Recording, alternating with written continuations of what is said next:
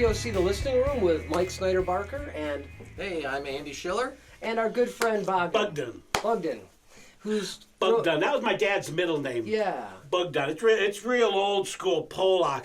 My bobshi told me that Bogdan was the richest man in town in Poland, so she named her son after the richest man in town. Well, that was wise. Yeah. Did they get any tax bracelets? 1938. It was a different world. That was a different world. Totally different world. Thanks for driving all the way from... Westland, Michigan. Westland, Michigan. Yeah, it's about 10 minutes west of Detroit. Yeah. You know, I first became aware of you back when I was a kid. Friends of mine were members at the Detroit Boat Club. Okay. And you played your band, the Cadillac Kids, played a gig at the Boat Club.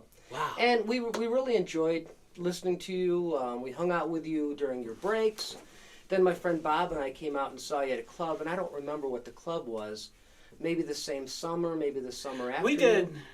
By the river, by front, we played like at Sinbad's and the Rooster Tail. No, it wasn't those two places. We did the Hart Plaza gigs, you know, with those Tuesday, the race. The Soup Kitchen Saloon. Yep. That's not there anymore. No, I actually, when I was back home from college for a summer, I ran sound at Soup Kitchen Saloon for a summer. I did terrible. Yeah. What's her name? I'll think of her name at 3 a.m. But I got yelled at by one of the blues singers. So I didn't know what I was doing. Yeah. I mic'd up the piano, you know, and sure. A lot of feedback. Yeah. But it wasn't a Rooster Tail or the other one, because those are kind of fancy. I don't remember that. That was a long time ago, man. I know. And I knew you wouldn't remember who I was. Yeah, 77, 78, 79, 81. Yeah, it probably would have been 81, 82. Yeah, we were Cadillac Kids. That was our peak. Yeah. Actually, that's our takeoff. Our peak was actually 83, 84. Yeah. We were doing huge major shows in all the theaters, all the big places downtown. Yeah. Well, I knew you were Detroit famous. Yeah, and maybe a little further. You know, we were really blessed. We were really lucky. Back then, FM radio DJs would come to shows. Yeah.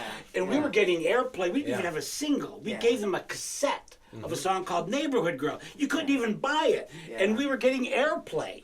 You know, God bless Doug Podell, Mark McEwen, man. Yeah. You know, those guys, Sky Daniels, they brought music in Detroit to the people's ears. And so when an unsigned, unknown band like Cadillac Kids played Hart Plaza, the place rocked with thousands of people there. You know, we used to skip school and go down to the noon concerts. Yeah, those were great. A lot of my high school buddies were on the front page of the Free Press when Bittersweet Alley was playing, and they got in trouble. Yeah, nice. Yeah. But I would go to work at 7 o'clock making windows at Weather King Windows in Detroit, and then I'd get off at like 4, and I'd just be disgustingly dirty, go downtown, my crew set up stage.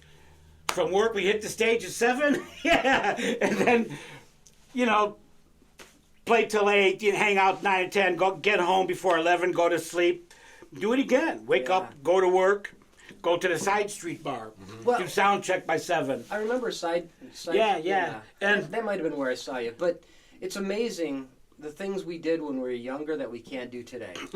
Well, you know, I love going out to see bands. Yeah. And I love to see the tribute bands because to me it's theater. Yeah. But everybody in the audience is my age, and I'm old. The young kids don't really go out. You know, we had incentive to get out of the house. Right. I mean, if you wanted to see girls, you had to go to the bar. Oh yeah. You know, you couldn't just pull it up. You know, and the local scene is really hurting. Something's got to happen, and I don't know what it is. But there's got to be. When I came out in '77, we were terrible musicians, so we embraced punk rock. Right. And therefore we were like the best musicians in the punk circle, and we sucked.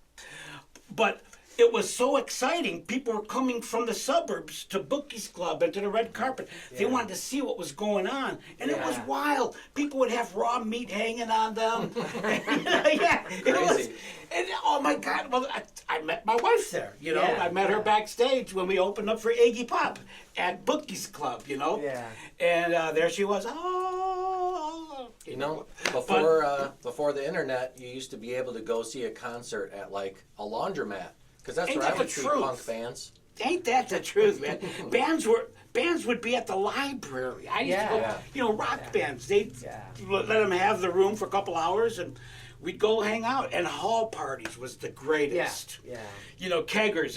You paid $2 to get in, and then you had to buy $1 beers, and then unbelievable musicians would be, you know, playing Hendrix and Yeah. good old rock and roll noise. Right. And then, you know, as everything, you know, the punk rock kind of turned into commercial goo-gah. Right. And then the fans were kind of posers. And then it wasn't really any fun for the old people anymore. The new people, they don't go out. And that's why there's an incentive for people to go see the tribute bands. I get a lot of hate mail for it. What are you talking about, tribute bands? But these guys are following a script. Yeah. You know, they're not just playing any old songs, top Right, 40, everybody. right. They're saying, okay, this is what we're going to do, man. We're going to write a script. We're going to the set list for this one band. They're going to pay tribute to. They're going to act like them. They're going to look Yeah, like them. yeah. I saw the Ozzy guy nailed it. Oh my God, he was so good. And the Alice Cooper guy. You know, I saw the ZZ Top guys. They were okay. But when I go see a tribute band, I want to see the beards, man. Right. Oh, you if you have ain't to got have the it. beards, you're not doing ZZ Top. Well, that's it. That's And it. coming up, I don't know when, I think it's like June 26th, there's a show in Detroit with the Sex Pistols, the girls' version of the Ramones, and the Damned, I think it is. I mean, they're not the band. The tributes. They're tributes. And it's theater. It's a new theater. Yeah. And what it's doing is it's something to talk about. Somebody say, hey man, I saw this thing. Yeah. You go see a top 40 band playing covers, but there's no bragging rights Right, to that. You know, right. God bless them for doing it. And there's bands out there that kill it, you know, that are great, great, great. But they're not. They're trying to play like the radio. Yeah, and it's not really newsworthy. And then I remember when rap came in, that was like in 83, 85. Yep, roughly. You know, loving and hating is both awesome, equally awesome. And you know, controversy sells everything. Oh yeah. So everybody hated these rap guys. I did too. They brought out tape recorders, and that was their band. And then, and oh my God, it was stupid. You know what? People wanted to see that. Yeah. People were talking about it. People Yeah. hated it and loved it. And again, there was this whole rush and the Insane Clown Posse and Yep. Kid Rock. You know, Yeah. love them and hate them. They created a buzz. Yeah, they did. You know, yeah, and that whole genre, the whole rap thing, just like the punk rock, it went through this whole thing, and then it It got became faster commercial. and faster and faster. Well, that too, and it actually it went into all different kind of things. Well, just like punk rock did too. It went into disco. You know, it Right, went into right. electronica. Right. You know, and that was all kind of cool. But then it's over. Then all hip hop came in. You know, but that was really cool. Yeah. But that's all it was. And so now everybody's like, now what do we do? Now what's going to happen? Go backwards. Yeah, now. yeah. Acoustic guitar and folk music are having You know, a and revival. thank God. Yeah, and I see some of those rap artists who are young playing folk music, playing acoustic folk music. now. Nice. Yeah. And the political air is something to argue about on both sides, and that really feeds the folk music. It does. You know, you can't be all happy playing folk. You know, that ain't nothing. You know, and there's a lot of problems, and so politically, and so that feeds the acoustic crowd. Yeah. And I love going to the Coffee Bean in Plymouth Yeah. on open mic nights, man. And They what's still that have place those on? now? What's that? Do they still have that now? But it's not every Mondays. Okay. It's on and off. You know, I call there. You having music tonight? Yeah. No, yeah. But it's either Monday or Tuesdays. Okay. And Thursdays, what's that? There's a theater on 6 Mile. It's a renovated house. Oh yeah, Trinity. The what? Trinity. Oh yeah. Oh my God, you go there on a open mic night. I Tuesdays. was doing it for a while, but Yeah. the talent, the guts, the rawness, Yeah. people have something to say, Yeah. and that's a great venue. A lot of man. my friends play there at the open mics. Yeah. And so anyway, you know, I'm saying that was 78, and then the 80s, and then 90s, and then now the folk isn't newsworthy enough to people want to know what's going on. But maybe it will. You know, something crazy has to happen. You're right. With the political place where it is today, there's Yeah. a lot of people angry. Yeah, it's very similar. Okay, now in the '60s they were fighting, protesting the war, and everybody was on that. And now they're protest. It's kind of Well, weird. You got to find your niche. Yeah. There isn't a common element as there was, and that kind of hurts because it doesn't draw a focus. Right. Because you got these guys. I don't want to single out anybody, but you Yeah. got this group that they like that, and these people don't like those people over there, and they're protesting this guy because they don't like what he did, and these people think they could get more. Something's got to happen. Right. And something's going to happen. Yeah, And I hope something is nobody gonna gets hurt. Yeah. But for showbiz, there's got to be something that says, ah! Covers it all. Yeah, and Right. you gotta have. There's gotta be a wow factor. Like, what the heck was that? We gotta go see that. Yeah. And Lord knows, I don't know what to do. If I did, I'd be doing it. Exactly. Exactly. And right now, nobody knows what to do. That somebody's out there. I don't know what they're gonna do. Well, a friend of mine, David Roof, who is mentioned in every podcast, what he puts together this Michigan music resistance, and he did it, 4 or 5 years ago, and he brought it back again this term, and it's a bunch of musicians who just are writing protest songs and Nice, submitting it to this. nice, I yeah, believe it's Bandcamp. yeah, it might be on. yeah. Yeah. So that's one person that I know is Yeah. doing something with music. I enjoy the School of Rock Yeah. schools that are around. They're Yeah. doing unbelievably great work with these kids. Yeah. I'll go to the shows just to see, and it's like, come on, kids, do something, make something. Right now they're learning, they're covering, but that's what you do. But You gotta start somewhere. yeah, and what Gotta start a with great Andy. thing. What's that? Andy teaches a lot of I kids. teach a lot of kids, and I never tell them to turn it down.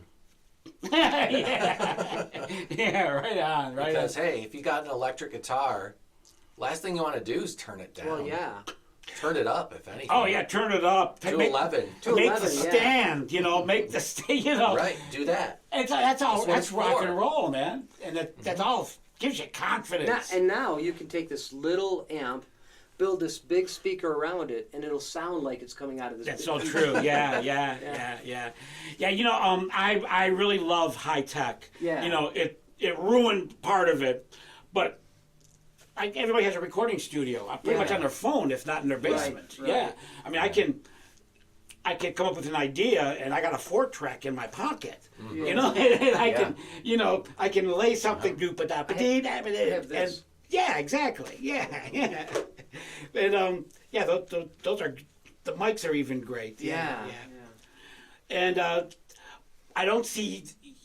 It might be happening out there, but I don't see the kids doing that yet too much. But it's out there. Being an old guy myself, I don't know what the kids are doing. Yeah, I don't either. I do go out. I remember when I used to go out when we were in the Cadillac kids, when I was 7, when I was 19, 20, 21. Remember when I was 18, you can go to the bar and drink. Right. Just for a couple of years, yeah. But when I was a freshman, in high school, that's when that ended. Yeah. And but I remember I'd go to the bar when I was 20, and there's always this old hippie all the way in the back, Yeah. just rocking, man. That's me now. I'm that guy. I'm that guy. Because I get it now. He wanted to see what you doing. Yeah. What do you? Yeah. He was probably a guitar player. He probably played the Grande Ballroom. You know, I didn't know. You know, and Yeah. we used to laugh at him, and sure they laugh at me. You know, and it's the circle of love, man. Yeah. I think kids, I was almost going to say kids these days, but I guess I shouldn't say that. Kids in general, or younger people, you know, what I've noticed is that, especially with my kid, like when music comes on, okay, she can tell whether it has instruments or whether it's electronic. Wow. And a lot of kids, they just like electronic music. And if they hear someone play the piano or play the guitar, they're like, that's that old-fashioned kind of music. Yeah, it's so true. It's so true. But you know, we did that with electric guitars. I remember my dad loving, you know, Sinatra and all the greats. Yeah. But those guys, you know, Tony Bennett, they were nerds. Yeah. And the second I'd heard, I know, well, this stuff sucks. You know, and because I knew what guitars sounded like. Right. And then, you know, as one learns to love music, In general. Yeah. then I understand what my dad's stuff Yeah. is doing, and I even get jealous because that stuff is actually cooler than the stuff that I'm doing, you know. Yeah. And it'll probably be the same thing. It kind of is now. Yeah. You do see a lot of youth looking to Jimi Hendrix now. Yeah. You know, and I remember for a while there, you know, there's people talk. You know, Hendrix was rough. But he created it. Yeah. He was number one. He was Yeah. the man, you know. And now that all this high tech reached the ceiling and gone past it all, Yeah. people are exploring. There's so much music. Yeah. You know, there's so much Yep. art. It's even overwhelming. Yeah, It you is. can't see it all or listen to it all. That'd be Yeah, impossible. yeah. And I get freaked out because when I hear something, it's like, oh my God, I missed this whole thing. who is this guy? I missed all of it. Like, I'm gonna say it, but I'm embarrassed. I never heard of Gary Huey, and then it's like, oh my God, this blues cat is so amazing, and he's been touring for 50 years or whatever, you know, and that's. The whole thing, there's so much. There's just so much. It was Coco Taylor that yelled at me. Was that It was Coco Taylor that yelled at me. I just remembered. Coco Taylor? I Yeah. played Speaking of Coco blues. Taylor. Oh, you Yeah. did? And when I was 17, I weighed 90 pounds. Yeah. And I was really a skinny white kid. And I went downtown to the blues festival. Yeah. Coco Taylor was playing with Bobo Jenkins. And Coco and Bobo. I walked, I was I gonna walked say right that. up to the stage. Okay, the band's setting up. I'm blowing my harmonica, and I got people coming around me. Wow, I'm this little scrawny kid. Wow, wow, wow, wow, wow, wow, wow, wow. People handing me their beers, and I'm dipping my harmonica. And these Coco and they see what's going on, and they pull me on stage. What's your name? You know, I was like, I mean, I knew that was special, Yeah. but I was in the zone. I'm playing, I'm flying. I'm playing on stage with Bobo Jenkins now. And the band. They were blues legends. That was 77, 78 Yeah. maybe. Yeah. And, you know, I did like 2 or 3 songs with them. And, you know, all right, you know, get this, all right, get this guy, get this kid out of here. You know, I was a star. And then in my mind, I was a star. Right. And it went to high school. So yeah, that was in the 12th grade. That was 76. Oh, summer school. Where'd you go? What's it? Where'd you go? Chatsey in Detroit. Okay. Yeah. I'm a Cast Tech grad. You live what? I was a Cast Technical. Oh, okay. Oh, yeah. I had a Cast lot of my friends went to Cass. Like, I wasn't smart enough. I wasn't either. I skated through. I failed the 12th grade, but I nailed the talent show, man. I had this muscle shirt on, and I had I've always had this hair, always. And, you know, bell bottoms, and I had these huge, Yeah. you know, remember those? And I was born in a dump. My mama died, and my daddy got drunk. It's all black people. You know, and they were going, yeah, baby, yeah, in the middle of Tobacco Road. Yeah, and then I did the Bobo. You know, I was like flying high. Well, yeah. Yeah. So what you're I could do saying it in my mind, but it messed me up big time. Like I said, I quit going to school. I mean, I had to go to summer school to graduate. You know, just because I was a rock star. You were a star. Yeah. Yeah. I Your went music for was it. real, you know. Your music sounded like what you're trying to say is you were authentic. You know. It was Well, you know, real music. I was living it, man. But at the same time, I'm a lightweight. I like living a very comfortable life. Well, yeah. You know, Yeah. I like having as many Pepsis as I can afford. I want a nice car to get one place to another. Yep. You know, so I always had a job. Right out of high school, Yeah. I always had a job, and sometimes it would cause arguments with the band because. Because they wanted to go pro. Yeah. You know, I can't get there at 1 o'clock. I Right. gotta go to work. A lot of times I would sneak out, which was great. And I lived with my girlfriend, and we'd be playing Pine Knob. We're opening up for the Romantics. Yeah. Big time show. Yeah, You know, yeah. I gotta go to work. And so I'm at work, and you know, I'm doing my job, and you know, I gotta get out at 3 o'clock, but we work till 5 o'clock. You know. Yeah. And so, you know, I kind of tell people, hey, man, I'm playing Pine Knob tonight, you know. And, you know, can you just block me, man, so I can sneak out, you know. And I didn't have a car then, so now my Right. wife, my girlfriend, Debbie O, would just be there at 3. I don't know how I'm going to get out of work. Just be there at 3 on this corner with a pizza, you know. And so she was there. Lord knows I snuck out of work. At 3 o'clock, Debbie drove me to Pine Knob. We had a sound check at 5. And then I had to hang around till about 7. You know, Right. then we played. Yeah. And I did that my whole life. I played Carnegie Hall. And I had to go to work the day before Right. and the day after. Right. You know, and I took Well, a you gotta flight. pay. You gotta pay the bills. Yeah. And I spoiled myself, and the only way I could do that is with money. Yep. And I really like money because you can do a lot of cool Right. stuff Well, with yeah. money. And when I was on Star Search, we were playing up against Beyonce. It's a big story, historic thing. Now that day that we had to go on stage in front of millions of people as grown men Yeah. and compete against these 9-year-old girls. It was terrible. We almost didn't do it, but we signed a contract. We had to do it. Yeah. But anyway, we didn't tape until 7 o'clock that evening. Well, I gotta work, man. You know, I can get off at 4 o'clock. Boss says I can get off at 4 o'clock, and I'm a mailman at this point. So, man, I'm really stinky at 4 o'clock. Run out to the airport, and I just know I'm reeking. Fly, to Florida. Get me to the gig. We're playing the gig. We won.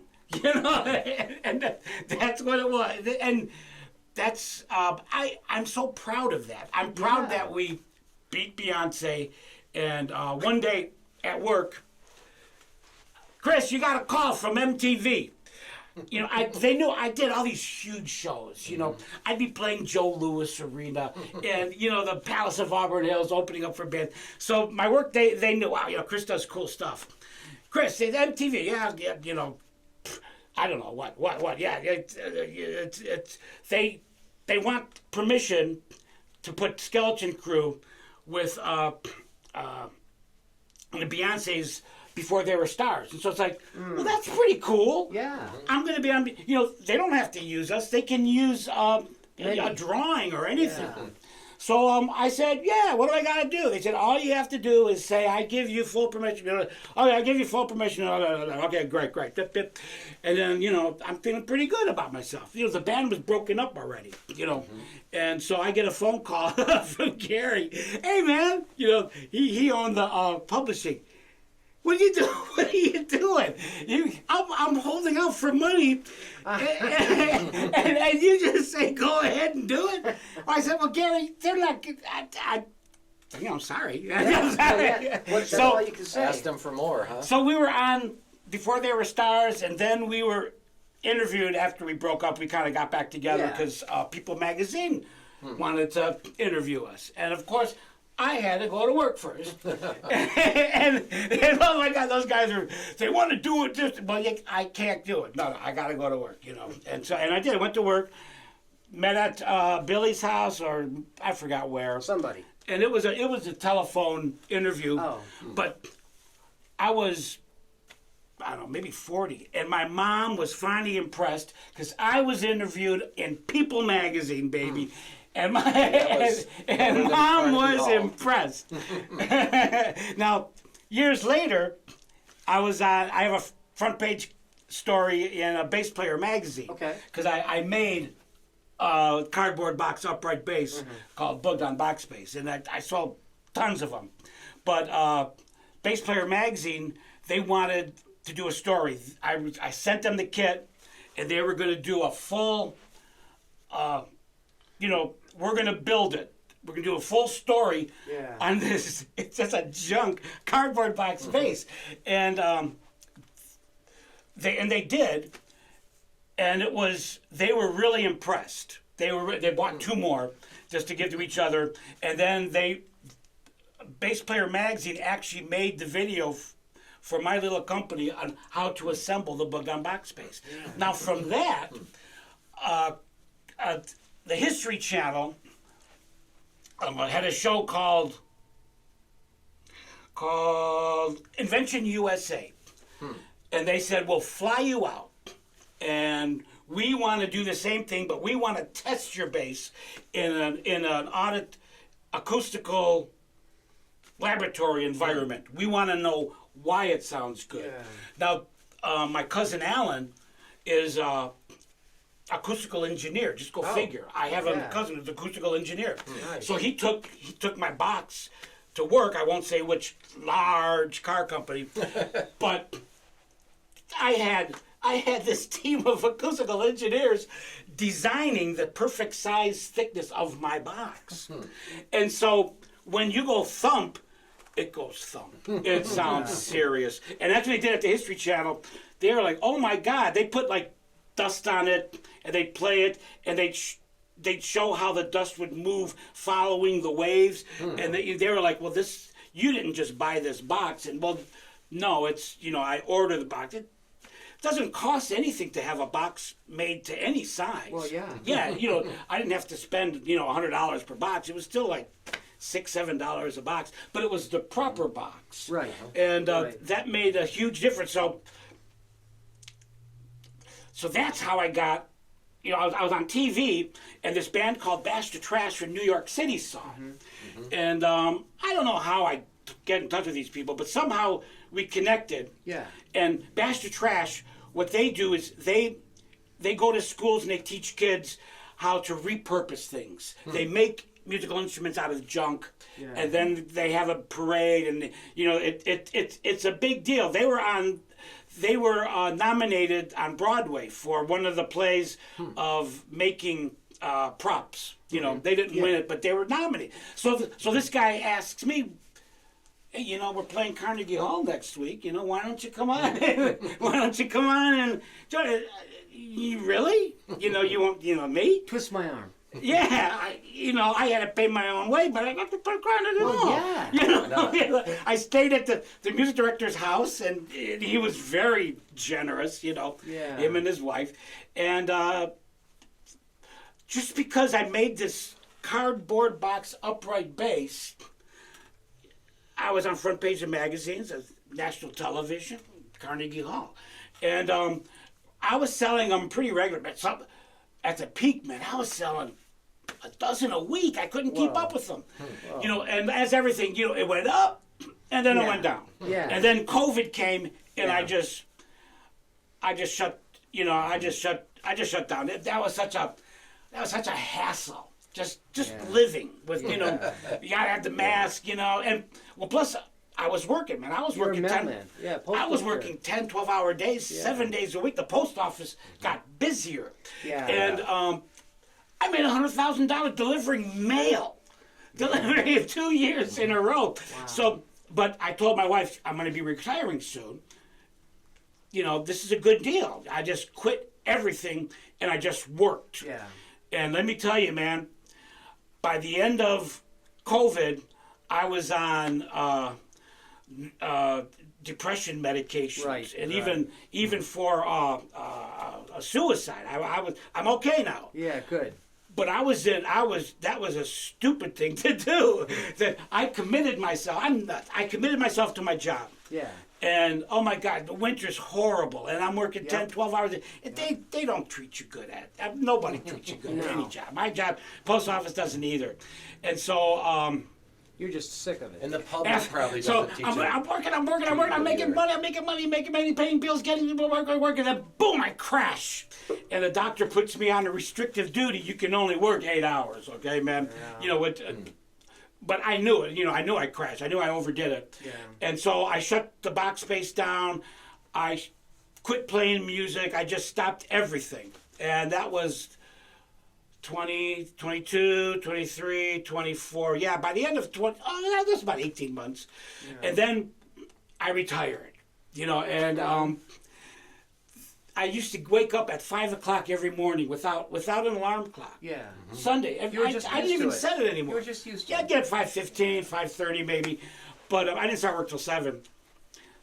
Day one of my retirement, I got up at 11 o'clock. It doesn't sound, people out there, 11. No. Then I couldn't get up. I couldn't get up out of bed. My whole inside I get and that. the medications and the stress, it just ended. And even today, my wife has to wake me up. We have a deal. Get me up at 9, okay? Yeah. Get me up at 9, and I'll get out of bed and I'll go take a nap someplace else. Yeah, but now I do other things. I make my own kielbasa and pierogi, and I sell it to my friends and family. Nice. Yeah, and we make 80 dozen pierogi. And You but never it's, stop working, do you? well, you know what though, I do things. I move really slow now. Yeah. Yeah, because my brother he lives in Chicago. He's a musician like us. Yeah. He's got a basement studio like us. Chris, lay down a bass for me on this. And I listened to it for about, 2 weeks before. I just thought about it. Yeah, Two weeks of thinking about it. Took about 5 days to learn it. Yeah. And then it took an hour to do it. Right. But that's, I'm real slow. I'm 66 years old now. And my dad passed when he was 67. Oh. So now, mind you, he was a firefighter. He Right. took in a lot of poison and stuff, and he died of cancer. And I just had the whole big physical ouch, and all that. And they said I should live to be 100 as long as I don't do something stupid. Right, I just right. gotta lose a little bit of weight. Well, don't we all? Yeah. But that's it's so where I'm at now, making pierogi, kielbasa, selling to my friends, writing songs. I did put out a single earlier this year You did? under the name Bogden. Yeah, Okay. it was Now spell that for our listening audience. yeah, it's on every. If you go to any music, and you search for the artist Bogden, you might get a couple of them, but one of them is me, and the song is, I got to think about it because I don't listen to my own stuff. Yeah, I hear you. Yeah, what is it? Something about crazy. We're all crazy Americans. B-O-G. Bogdon. We're all crazy Americans. And so you know what? I sat down in front of my computers and I pulled college radio stations, emails. Yeah. And I pitched, radio stations and record labels, and I did the whole thing. I have the whole list too, and it's worth a lot of money. But I got some airplay, mostly Nice. in Mexico, believe it or not. But the song's called "We're All Crazy Americans," and right now, everybody hates Americans, and it's a Yeah. great song. It's a real positive song about us being able to do it. Yeah, that's it. Cool. The cover is a huge crowd of people. We're all crazy Americans. Yeah. What a It's- great song. Yeah, punk rock magazines wrote about, gave me thumbs up. Oh, good. It is a punk tune, I guess. Right. You know, Now, Andy is known as the #1 metal band in Tecumseh. Yeah, I got the #1 metal act in this town, and Nice! there are no other metal acts, I guess, in this town. You know what? so I it love- makes me #1. This is a great town to be in, man. I love this town. We did the little stroll. We walked, Sure. you know, to the fudgy type thing. But the room we're staying in is so amazing. We're staying above a cheese shop that makes chocolate and wine Oh yeah, yeah. in the same Yeah. building. Downtown, you have all these restaurants. Yeah, Tecumseh is the antique place to. shops. I'll be back. Yeah, Okay. yeah. Well, I do I book our annual fall festival, the Apple Festival. Doesn't pay much, yeah. but it usually happens about the second week in October, and so that would be a good time if Yeah. if you want to play, that'd be cool. Yeah, I'm going to come to some of those festivals we've been Yeah. looking at. Yeah. Yeah, the Apple is really worthwhile. 'Cause we're only an hour away. We were Yeah. here lickety split. Yeah, You know, closer than Dearborn, actually. it's not a bad drive. But it's weird because it sounds like we're in the boonies. Yeah. I tell my friend, I'm going to Tecumseh. Whoa, dude, whoa. Yeah, I got a room. Jeez, yeah, you better. And it's interesting. I'd be home by 9 today. I love the town so much. It's just nice to be here.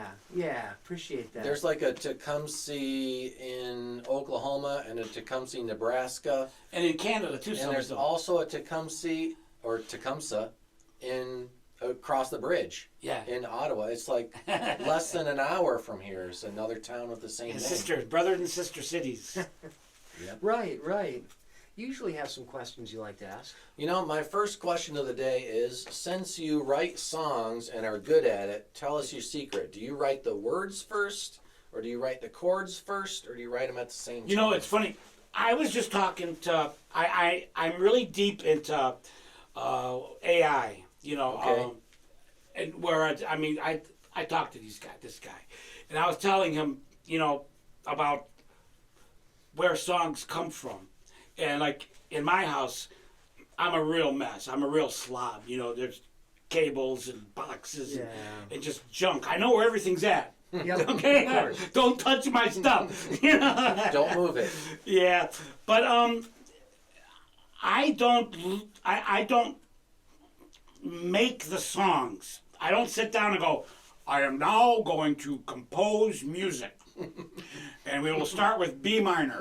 You know, I kind of find the song. You know, I can't look for it because Right. you know, it's got to hit me. But when it it's like that hits thing me, that you barely see out of the corner of your eye, and you can't really find it. yeah. Yeah. But when I'm in that zone, I know I'm there, Yeah. and don't talk to me. And my wife knows.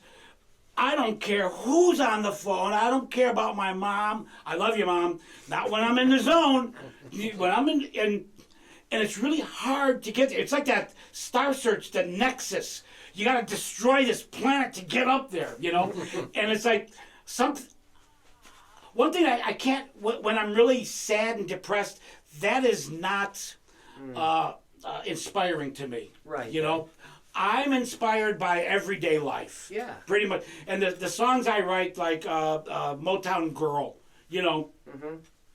I saw this girl, I went to Bass Day. Every year there's Bass Day for the Motown, where all the Detroit bass players group and we take a big picture, a family picture Nice. of, about 30, 40 bass players. No big deal. When I arrived this one couple of years ago, there was this girl, and she's under the Motown sign, and they got music, and she's just dancing. It's a Motown girl. And then that just hit me.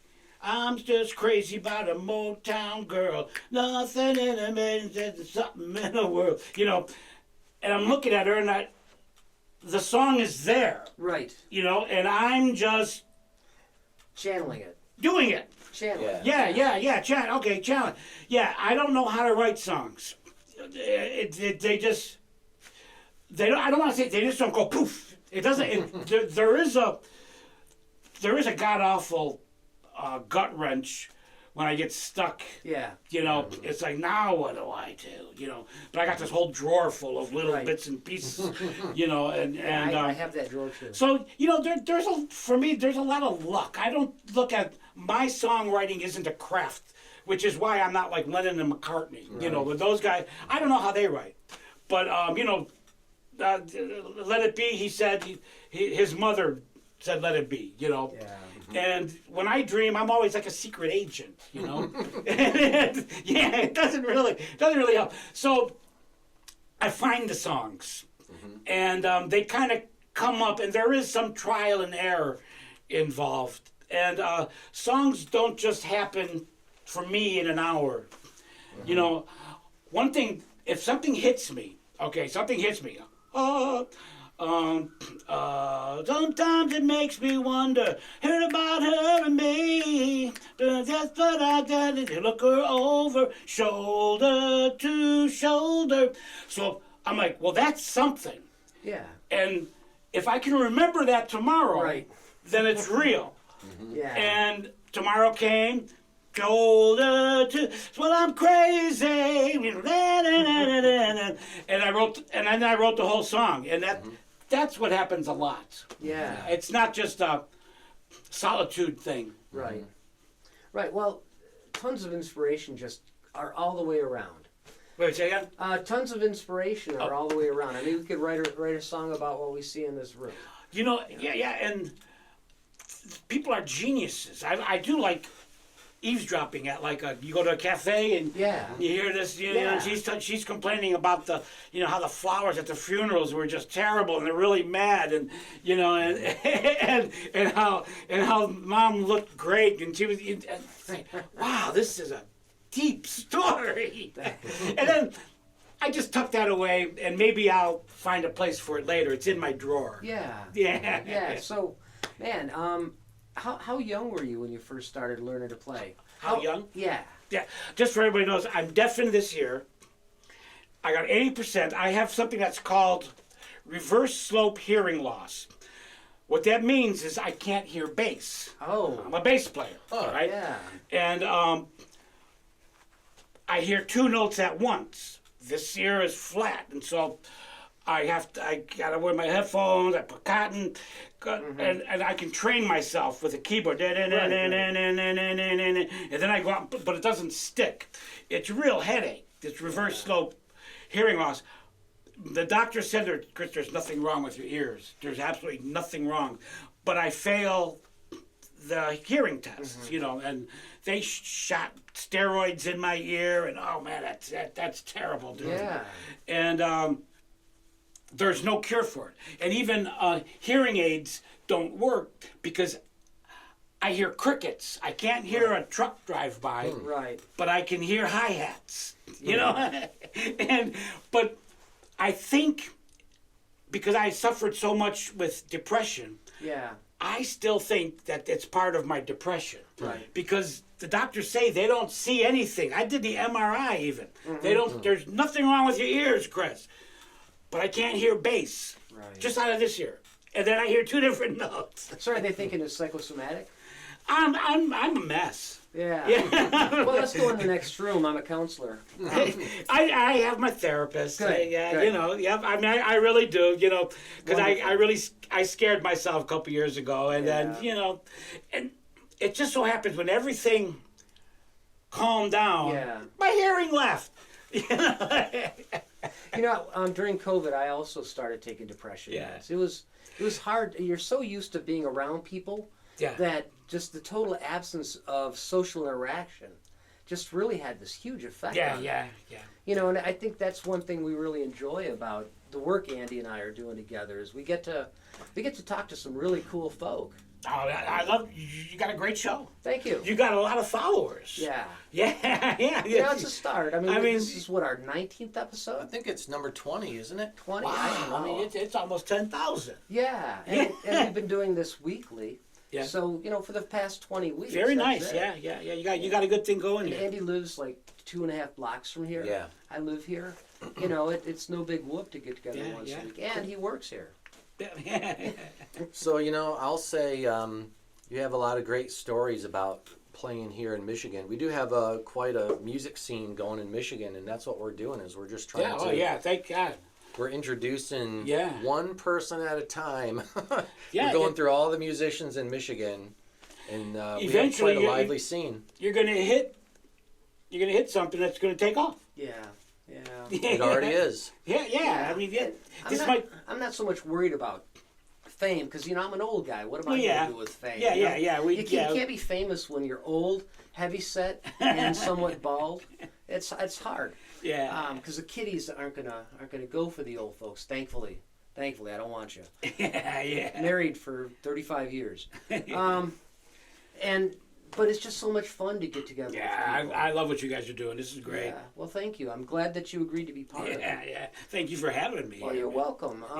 I think you're probably the person who has had the most involvement with music. I've really been professionally, lucky. That outside of maybe Mike Gentry. I that think we've you're had the on only show. person we've had on that has played at Carnegie Hall. Well, that is Okay, true. That I'm is the only true. person in my high school that did that, and what I had reservations. Do I jab the music teacher who told me, "You're not a musician, Chris," or do I just let him live the rest of his life, never knowing I played Carnegie Hall? That was my evil torture to him. He will never know that a student of his played Carnegie Hall. What a terrible teacher to say that you will never. Oh, do man, you know what? I failed every class from 6th to the 12th grade every year yeah. because I kept telling everybody, I'm a musician. No, you're not. I really am. And so, no, you're a priest. So I went to pre-seminary school in Niagara Falls to study the priesthood. Okay. And God bless Brother Marco Pardo. He goes, I was really struggling. I didn't belong there. I just didn't belong there, But I don't know how I even got there. Really. Do you take a plane? Well, we took a bus. We were poor. Yeah. But I remember I remember failing the 8th grade. Yeah. And then a priest going there talking to me. He said, you should come to Niagara Falls to Mount Carmel Prep. I don't think it was dirt cheap if it paid anything. Oh. And they had boys from all over the country there. Yeah. And there was maybe about 300 or 400 of us. Only 4 of us from Detroit. Man, I got in fights. It was just bad. I couldn't concentrate. And Marco Pardo took me aside. He goes, Chris, he said, do something with this. He put a banjo in my hand. Mm-hmm. All right, sit down. I don't know, I never touched a banjo. What is this? Well, look at that. They go up, they go dun dun dun dun dun dun dun dun dun dun dun dun dun dun dun. Marco's like, that's pretty cool, Chris. Here, give me a guitar. Do something with this. No. Well, it's almost the same, but it's a little bit different. All right, let's see. What were the fat strings, man? So I used my thumb because it was fat. And I'm the first and the last string are the same note.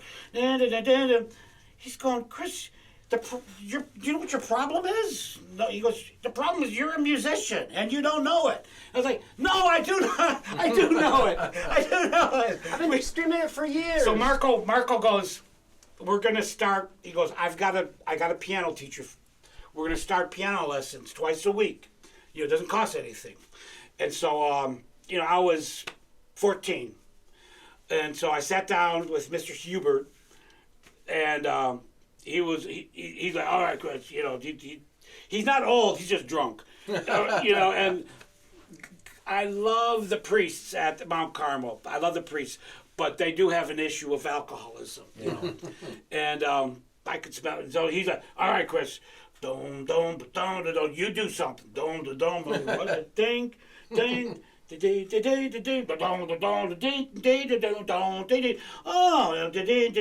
So he goes, we're not doing the books. We're not doing books with you. He goes, this is called improvisation. And that's my foundation of everything. Because of that, I can pretty much play almost any instrument. I can do saxophones and trumpets. I couldn't do bagpipes. That kicked my butt. I couldn't. Those guys are better. That's really disappointing. Yeah, I bought the Great Northern bagpipes, and my wife hid them because there's no volume. It's all it's all full blast. Yeah.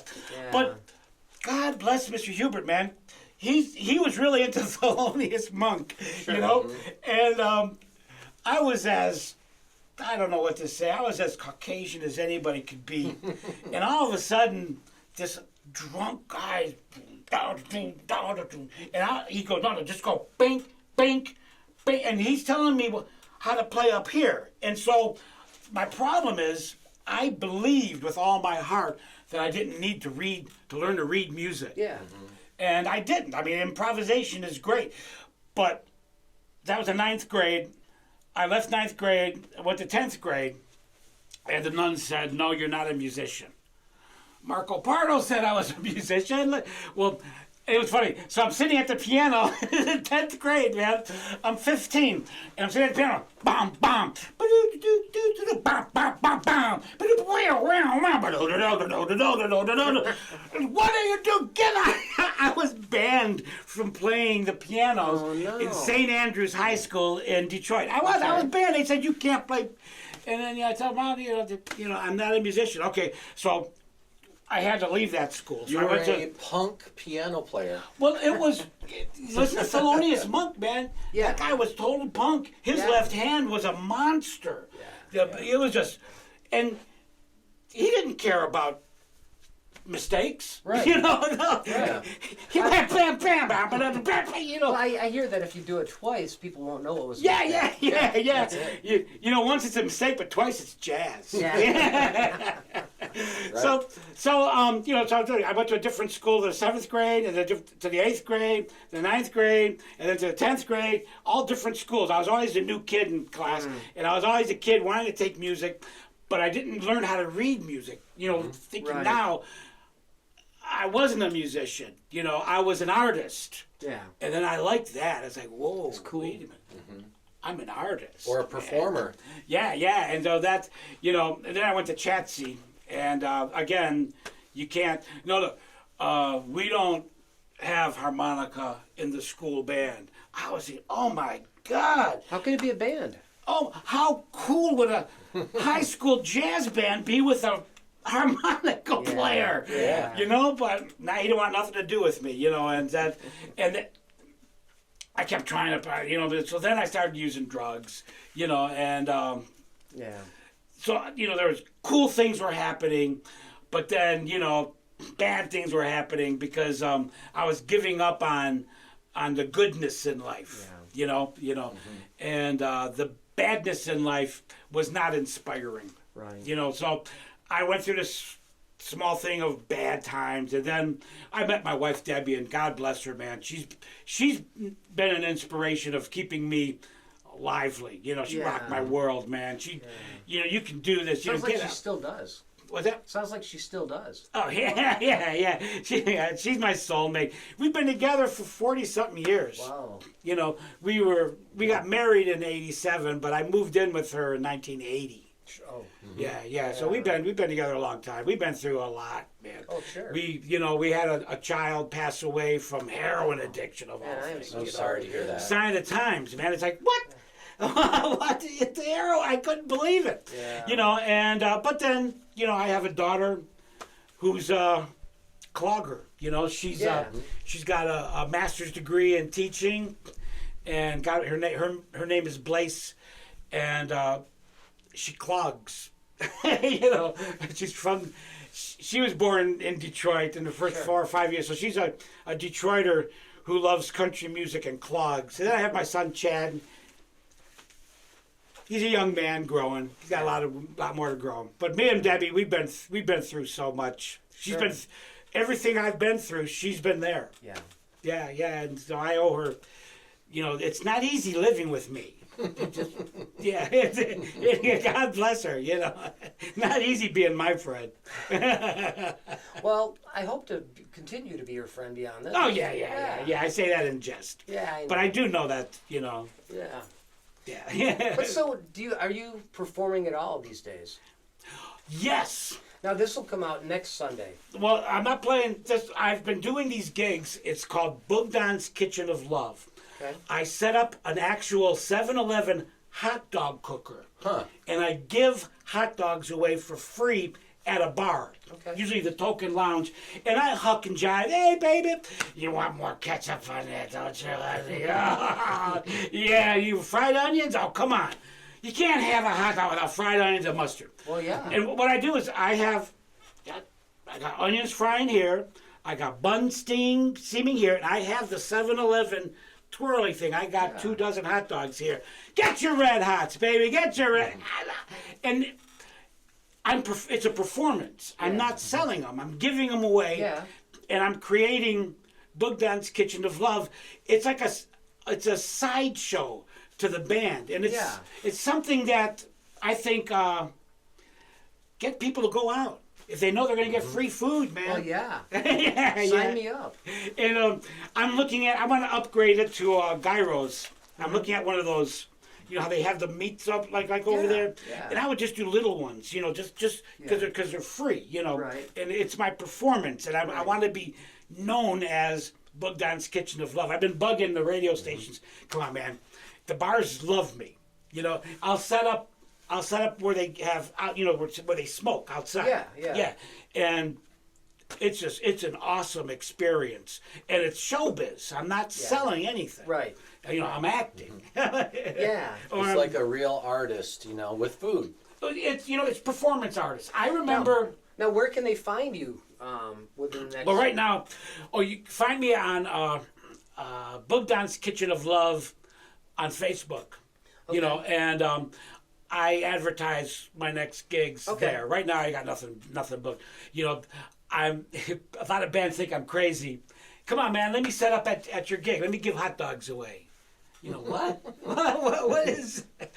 But I remember Saturday Night Live. Who was that crazy comedian? He's dead now. But he would go and work for free in the commissary, where he would actually serve food. And Is that Belushi? Was that John Belushi? No. Later than that, he played. Phil Hartman? He played on Taxi. He played. Oh, yeah, Andy Kaufman. Andy Kaufman. Andy Kaufman would work in the kitchen for free. Well, he was a wild man. Oh yeah, and it's performance art. I get it. Yeah. And people would. He would play Uncle Charlie. He would be crabby as hell, and he'd insult you, and he would actually be serving your food, and people would go there and pay him for it. And I don't do the insulting thing, but I have fun being obnoxious. Most of the bar, it's people our age, and it's moms going to see their son's band. Yeah. And they're hot. The moms are hot, and they're ready to party, and I'm there. They flirt with me, babe. I'm harmless, but I have a great time. And as for music, Cadillac Kids, we do a reunion show once a year. We don't have a date set yet. Okay. But again, on Facebook, you look at Cadillac Kids, Right. and that'll be there. They stay at my house. We record stuff, and then we do a. Your singer's living in Florida, I think. Yeah. Spaz in Florida, Ron's in Cincinnati. Dan is a retired commercial maker, and he's got grandkids. And his whole, it's really hard. We're still a band, but it's really hard for us to get together because we're all spread out. Yeah. But we do make a commitment to do once a year, and I hope it. We've been doing it for like 20-something years. Yeah. We do it at the Token because he knows us. He lets us. Yeah. Well, I think the next one I really want to go to. Yeah. It'll be just like I saw you 40 years ago. Yeah. So speaking of playing, why don't you show us this very unique bass? Oh, okay. You brought this up. My dream was there's bass lines. Everybody knows bass lines. James Jameson's bass lines, and just famous guys. But then there's bass guys. And the first time I heard Van Halen, it was a really powerful bass line. Yeah. It was unbelievable, and I never heard anything like it before. And thought it was stupid at first. And then I got angry because it was so shallow. And then I totally got it. Yeah. And it was boom, boom, boom, boom, boom. Running with the devil. Yeah. What? Oh my God! What genius that is. Yeah. And people It laughed gets your at him. attention. But people laughed at him for that. Oh. And it's such an important bass line. Yeah. It couldn't be anything else. It's very it drives. And then David Eagle at the end of it, dun dun dun dun dun dun dun, and then but the bass, 5 minutes, the guy's boom boom boom boom boom boom boom boom boom boom boom boom boom boom, and oh my God, boom boom boom boom, and it's a man that just. Just like Grand Funk Railroad and Locomotion has that just very Yeah, and it's so important to me, Yeah. It couldn't be anything else. He couldn't be going bum ba da da da da da, get out of here, man. And to celebrate that, I wanted a one-string bass, and I looked a lot of places. I didn't want to spend $1,000. Well, yeah. And there's this place in Nashville called Crappy Guitars with Perfect. a K. Perfect. He will make anything. You want a 24-string bass? He makes them. You want necks on both sides? He makes them. And you can have it high quality or low quality. I asked him, "Can you make one for $100?" He goes, "Yeah, I'll use all scrap wood."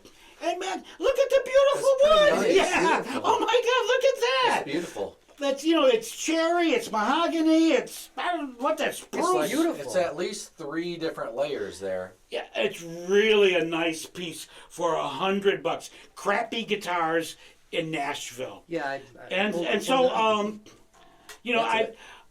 I had to learn to play a cool solid song. Yeah. If you go on Spotify or anything, I released a single and I paid the licensing for what's that? The theme from what was that horror movie where the girl's head turns around? Oh, Carrie? No, not Carrie. Not Carrie. I know green puke. Yeah, that one. Yeah. Was it Stephen King? Come on, man. Come on, Chris. We The have, Exorcist. Yeah. The Exorcist. We have brain So farts. I recorded the theme to The Exorcist on one string bass, and I played the guitar solos, the whole thing. It's awesome. It's on everything. It's on Spotify, Amazon. Look for Bogden, The Exorcist, and it's this bass, and and it's pretty much only this bass. I added a little flute near the end, and then there's a drum machine. But you have the licensing rights, so you can play it. Yeah. Yeah. Yeah. The newest law for non-physical production art is $15 per song. Pretty much no matter any song in the country, that's what you pay for licensing now. Wow. They tried to fight it. If you put it on vinyl or a CD, now it costs you $800, $1,000. Yeah. But they had to do something because of YouTube and SoundCloud and all those other Right. free music Right. things. And so now you have to get a distributor. I use Lander.com. There's 1,000 distributors. It's really easy to do now. I pay them $78 a year. $78 a year. Yeah. And then if I'm going to do a cover, I pay them $15 for the licensing. And I Okay. paid $15 for that. And I Nice. put it on and get a little airplay. It's cool. That is cool. But let's play. Anyway, that's the story of this. That's cool. Yeah. But we're gonna play a song. Let's play a song. All right. Okay, you want to start with a song all I'm gonna on your play- own, or do you want us to No, play you together? guys, yeah. One thing I do when I play a coffee house under Bogdan's Kitchen of Love, I invite musicians and then I invite non-musicians. Yeah. And like this guy Joe Caruso, I said, "You're gonna play harmonica, Joe." I taped the bad notes. So all you gotta do is blow out and suck in. And then we're playing, ladies and gentlemen, Joe Cruz on harmonica. He takes the solo. I don't care, man. Just wah, wah, wah, wah. And you don't have to be a musician to be in my band. You know, you don't. I'll give you a mandolin. Just play the string, man. G, you know, if we're in C, if we're in D, if we're in E minor, most of the set, G's gonna work. Just play G. And if you want to stop, I don't care. And so I'll have the drummer and my bass player, you know, I'll have the band, 3 or 4 of us, and then I'll have 3 or 4 of my friends. Yeah. Just making, you know, like a lot of music fun. is for everybody. It is. Yeah, you know, and it's fun. Now this song, it's I'm No Bad Boy. I wrote this years before I joined Skeleton Crew, and I really tried to. Come on, you guys, we got to play this song, and yeah, they, you know, they were nice guys. They sang real pretty. I don't know what I was doing in that band, and but I knew I was going to do great gigs, and we did in Robert Palmer, Foreigner. We did great gigs. That's why I was in there, and but we got a record deal, you know, and we put out a CD, and this record label that's no longer, you went belly up, right? Record label, they said, yeah, we're gonna buy the CD, give you guys money and stuff, and so we went to go talk to him, and I was with the president of the company. For some reason, we were alone, and there was a guitar, and I said, sir, let me play you this song, okay? And my band didn't want to put this on the record. Whatever reason, they only wanted 13 songs, whatever. It's a really important song, and I played it, and he goes, yeah, we're going to put that on the record. But before the whole thing was over, we pretty much hated each other. You know? So what are the chords again? The Skeleton Crew. What are the chords again? Oh, that's B minor. B minor in this thing.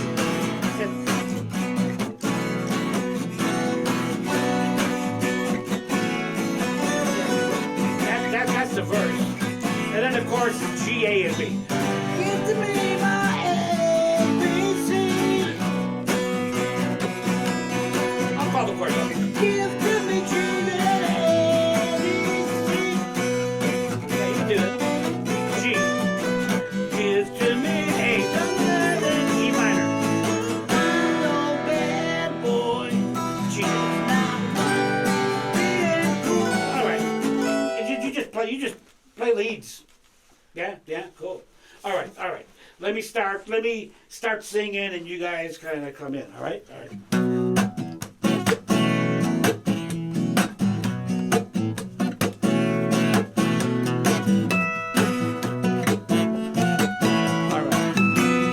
No, yeah. Take your guns, take your knives, take your sunglasses. Your bad attitude and drugs up on out of here. This is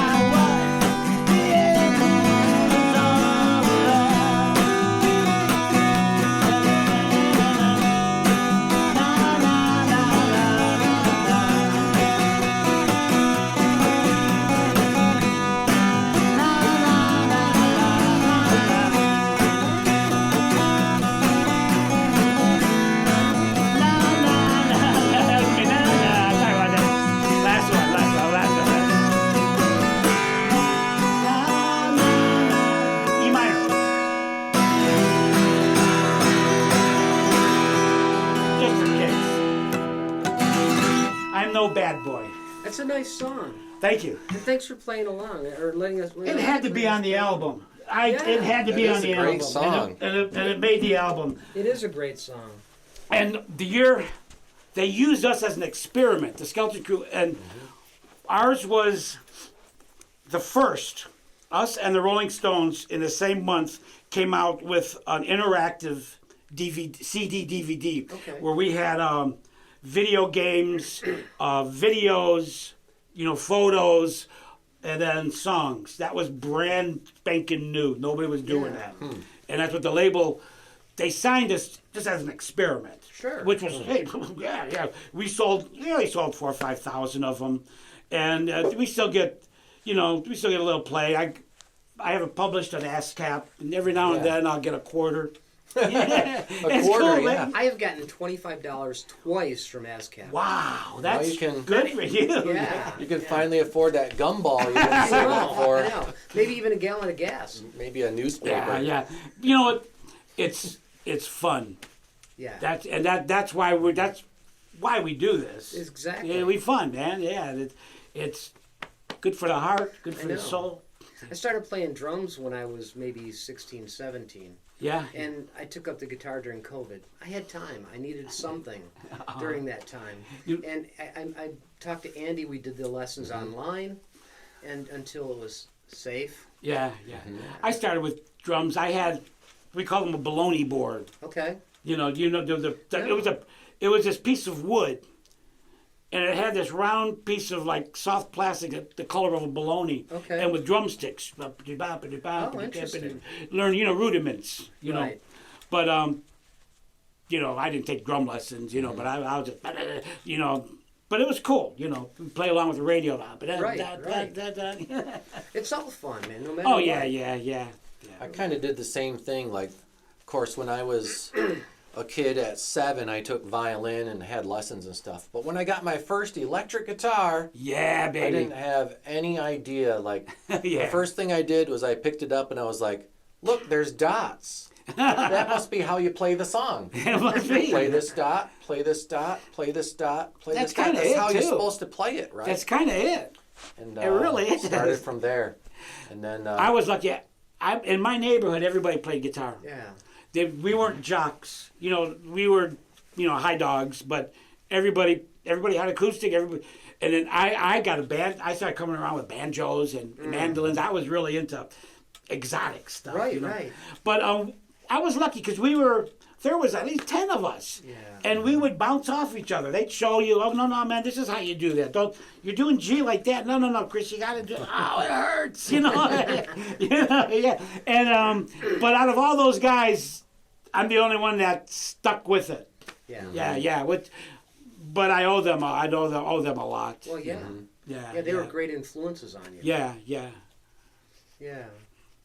Yeah, well. everybody that told you that you weren't a musician was wrong. Thank you. But you know what?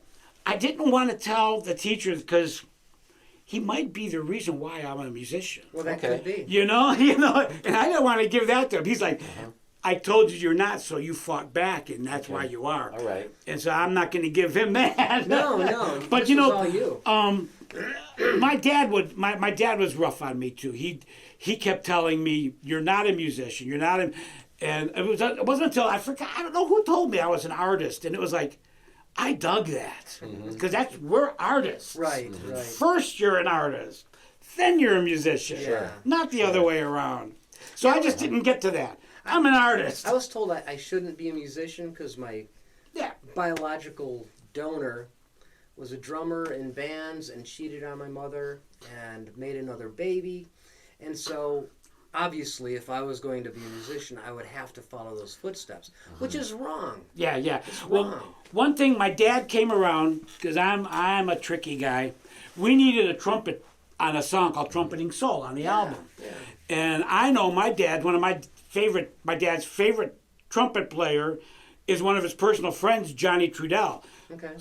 hey, Mr. Trudell, will you come play trumpet on my song? You know, I'll give you $110. He laughed. You know, he's a pro. You know, Right. He right. laughs. You know, 110. Why 110? I said, because that's what I got.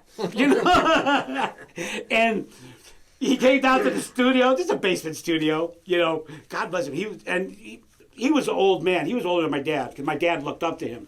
Yeah. And so we're recording. He's playing some stuff, and we're like, you know, he's being real safe. And the guy Gary goes, "Can you do something like Louis Armstrong? You know, something out there." And I don't do that. He did, and it was like, oh my God! And then when he was done, he goes, "You guys better not use that track." You know that. You know what? And so I got to impress my dad with that, and then we won Motor City Music Award. And so they had us perform, and we got Johnny Trudell to play my song in nice. my band. Very And so, cool. yeah, my dad had okay. I didn't rub it in his face. I didn't have to. Yeah. But I did make him, it's funny, I did make him come to my house, and I made him sit in a chair, and you're going to listen to this whole freaking album. You know? And he had a hard time. He kept talking. You know? Right. Well, some people don't necessarily Yeah. just listen to the music. Yeah, For a lot of people, it's just background. Yeah. You know. And plus, you know, that would be like making a rock star guy listen to Hank Williams. You know, it just my dad. But he did do it. God bless him. He sat there, Yeah. and he talked all the way through it. I love you, Dad, wherever you are. You know. You know, when I was out west, I had a student. His I won't tell you his last name. His first name was David. Yeah. Right? And David came to me for lessons, 8 years old. Okay, here's the book. All right, we're going to learn to read the notes. And he couldn't even look at the book, you know. And then I switched to flashcards. Okay, we're going to learn the notes. Yeah. And he just couldn't remember any of them. And long story short, I tried to teach him how to read music. And he just either didn't want to, or wasn't interested, or maybe had dyslexia, or for whatever reason, he just wanted to play. Yeah. And so fast forward 10 years later, I mean, I almost gave up, right? I'm like, oh, well, he probably won't get too far.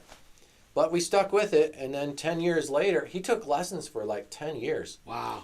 From age, 8 all the way up till high school. Last year of high school, he forms a band, goes out and plays, and he's great. He sings, he writes songs, strums chords, sounds amazing. They were called The Unprepared.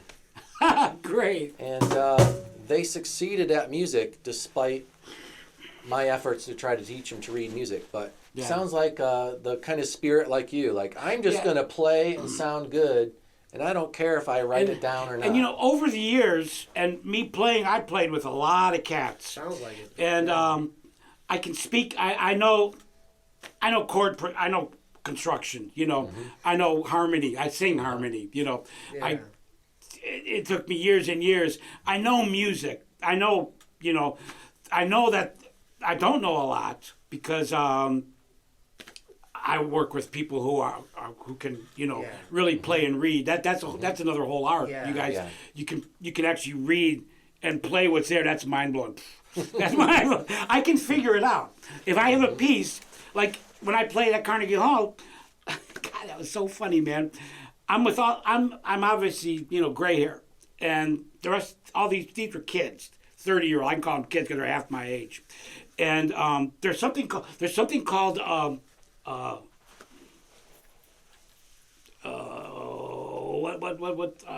Alpha Omega, the alpha musician. Okay, so we have this. I'm part of this international band playing Carnegie Hall. There's no music director yet. Everybody has their named on their seats and their music, and John knows that I don't read music, so he writes letters, but he doesn't write letters all the way across. I have to. That's A, and so I'm working, and everybody's looking at me, and I'm like, What? what's going on? They're like, well, come on, what? It's like, oh, I'm the alpha guy? No. They wanted you to count it No. in. No. Okay. Okay. Can you guys go da da da da da da da? You know, and the guys are like, they're African and they're South American, and I made really good friends with Christina Cobb in Norway, you know, and she really helped me a lot. Da da da da da da da da da da da da da. So I'm saying this, and yeah, da da da da da da da da da da da. Okay, the drum top, da da da da da da da da. And I'm not playing nothing. I walk up to the microphone. Hello, I'm Archie Bell in the drums, and we're from Houston, Texas, and we can't dance, but we can't sing, but we can dance as good as we walk. And we got this new dance called the Tighten Up, and this is the music we tighten up with. I got these guys. We're swinging, and John the music goes, all right, got it. He goes, Chris. He goes, that's why you're here, man. These kids, they don't know nothing. And you certainly have the heart. They were all masters, if not doctorates. You know, If you can sing it and they can't play it, they got to go. Yeah, you know, and I was one of them. You know, I've done that before, where you're in a band and then, well, this guy's the alpha guy, and let's jam, and we're gonna follow him. Right. And that was just hilarious that it was me. But you know. But that's been you before in other bands, right? Yeah. And I know music. Yeah. I can't read it, but it's just like Hans Christian Andersen was illiterate. Incredible storyteller. Yeah. Same thing. Yeah. No problem. You know, it's still, I feel like I'm missing something. And, you know, people say, you're not. But I really do, because who's this bass player guy? Ruben Stump. I volunteer every year for the Detroit Banjo Convention. I'm on the board. I volunteer. And we have these incredible banjo players from all over the world. And Johnny Beyer from the Banjo Museum, he's a big guy. His bass player can't make the Detroit show. Chris, you know, I'm the stage manager. I'm in charge of putting the show together. Yeah. So they call me, look for a bass player. So what I call the music teacher, Wayne State. Hey man, I got this and this and this. Can you ask for anybody? He goes, yeah, I got just a guy, Ruben Stump. Man, Ruben Stump, he's a kid. He's 25, maybe, I don't think he's 30, because he was still in college then. He showed up with his upright bass. Johnny Beyer gave him the music. Man, they played that, the saber did.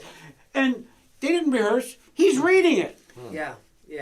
I want to do that. So, you know, you guys, that's an elevated art of reading. I got a joke for you.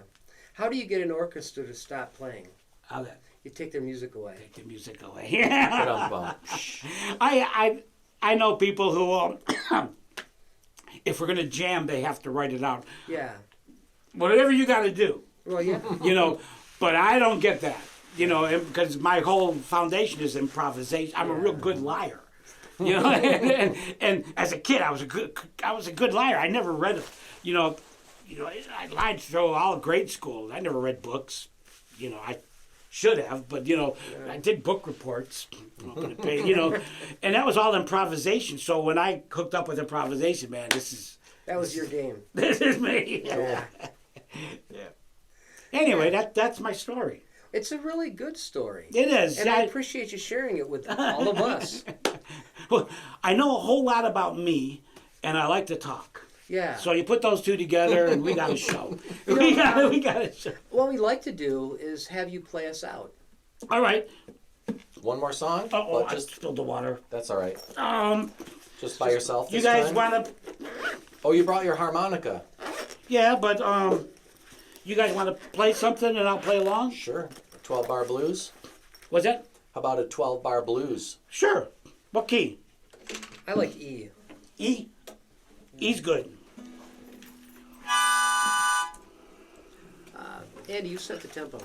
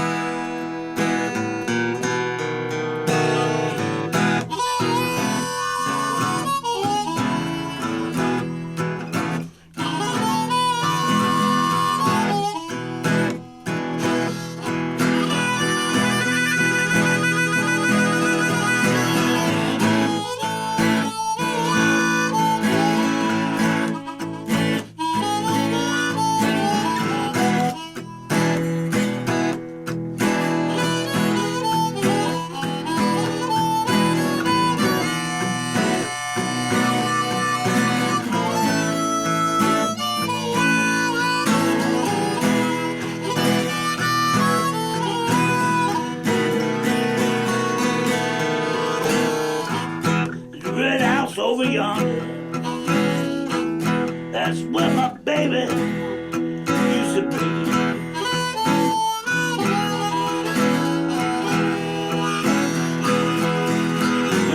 Well, in the red house over yonder, that's where my baby used to stay.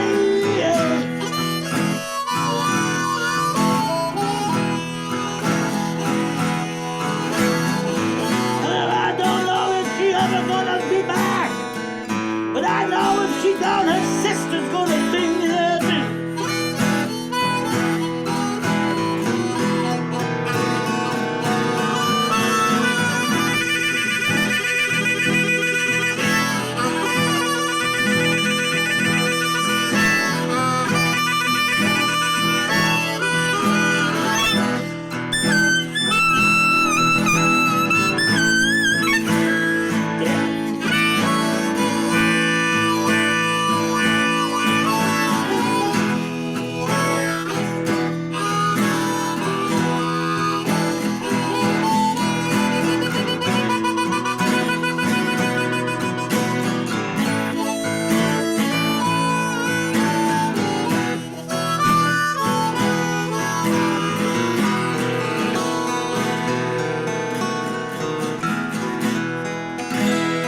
Yeah, baby.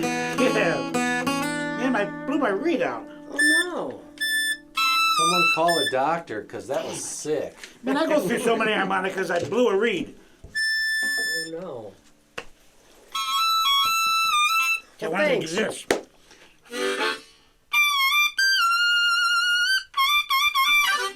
But I blew it. Well, Literally. That's the blues, baby. You're blowing out the reeds. hey man, thank you for joining us. Oh, This thank has been you. a great. Have me back, man. I got more to talk about. We didn't even talk. You know, I was in a band with Chad Smith before he became the Red Hot Chili Peppers. Wow. Really? And I recorded at Metalworks Studio with Rick Emmett from the Triumph. From Triumph, yeah. And he sued us. Wow. Rick was producing it, Ah, and he's like he like manages Metalworks, but he doesn't really own it. Somebody else owns it. yeah.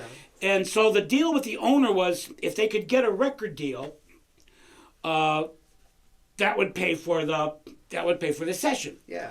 And you know, think about that. Chad Smith, Rick Emmett, me. You know, I mean, Right. and two other guys too, Billy and Rich Nelson, fabulous guitar player. So we did the session, and man, it sucked. Oh my god, it was terrible. You know, I don't know, man. When we were playing it, things were sounding great, and we're doing, you know, over tracks and Rich Emmett, and then okay, so then we're listening back, we're like, my god, this is so freaking lame, and so we went home. And the whole deal fell apart. Well, the studio wanted $5,000, and I got a summons to go to Canada to go to court, which I didn't do. Right. And so I couldn't go. I was kind of banned from Canada, and so then we laughed about it. You know, Chad's one of the guys, and so then Chad calls me up and says, "Chris, I'm going to join the Red Hot Chili Peppers." Yeah, get out of here, man. No. You should come out here, man. You should come, Chris. The bass players just suck. You should really come out. You can stay with me. And I just had a baby, man. I can't come out there, man. Right. And Chad came back, you know, held my baby, you know, and we talked, you know, but they had to go play Canada. Chad's banned from Canada. They're going to arrest Chad. So poor Chad, he had to pay the $5,000. Oh, no. God bless you, Chad. And I still, that happened in 88, 89, Oh, man. But I haven't been to Canada since. Because I don't know.